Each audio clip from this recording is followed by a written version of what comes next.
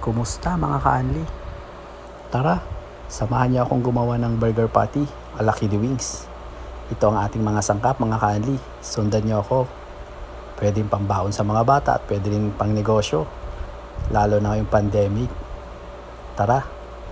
Una, syempre may bawang tayo. Ang ating onion or sibuyas. Itlog. At syempre ang ating pampalasa, asin. Then, ang ating soy sauce, Kikkoman soy sauce. Pero pwede yung ordinaryong soy lang. Ayan, ang ating paminta at ang ating onion powder. Ang ating breadcrumbs. At ang ating pampalasa. Yan, napakasimple mga ka-Anli. Sama-sama lamang yan mamaya. Makakagawa na tayo ng burger patty. Pwede ng pang merienda, pwede pang negosyo.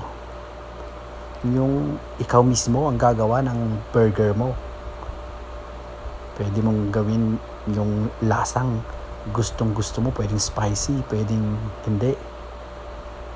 Ayan. Pagsamasamahin lang natin mamaya mga yan.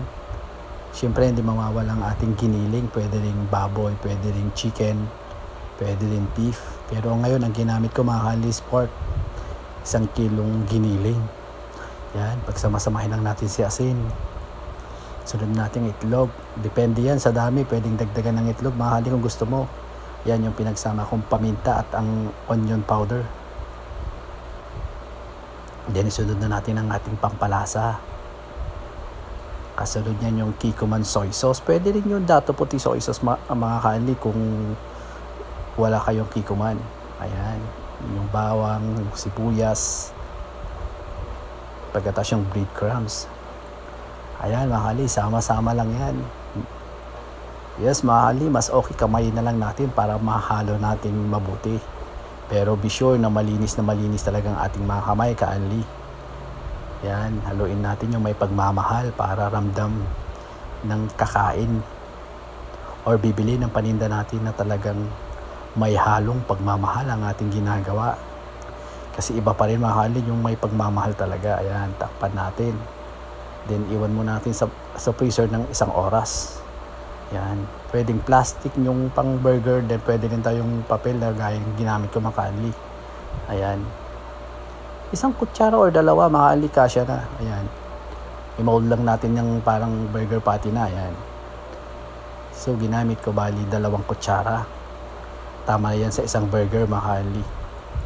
Baka sa 1 kilo makakagawa tayo ng more than 50 na burger patty. Ayan. Yan lang. Diba? Ang bilis. Ayan. Hanggang okay na yung kanyang forma,